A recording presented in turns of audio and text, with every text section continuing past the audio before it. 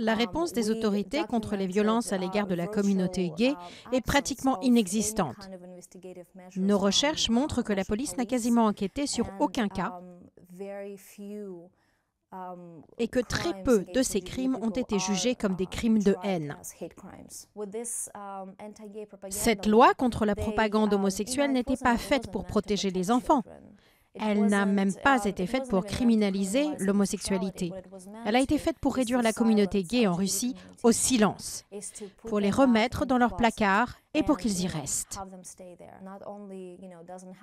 Non seulement ça n'améliore pas la situation, mais en fait cela encourage les gens à penser que les gays sont des citoyens de seconde classe et qu'il est normal de les frapper. Des personnalités politiques de haut rang disent la même chose à la télé. Donc, les gens disent que les gays ne sont pas normaux, que ce qu'ils font n'est pas bien.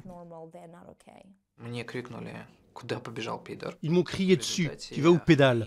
Ils ont fini par me tirer dans l'œil avec un pistolet à air comprimé, plusieurs fois, et ils ont pris la fuite.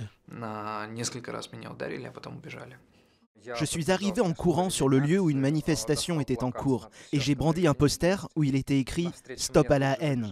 C'est à ce moment-là que deux personnes qui avaient des manteaux et des casquettes noires ont couru vers moi. Ils m'ont fait tomber et ils ont commencé à me frapper la tête, sur le cou et sur les épaules.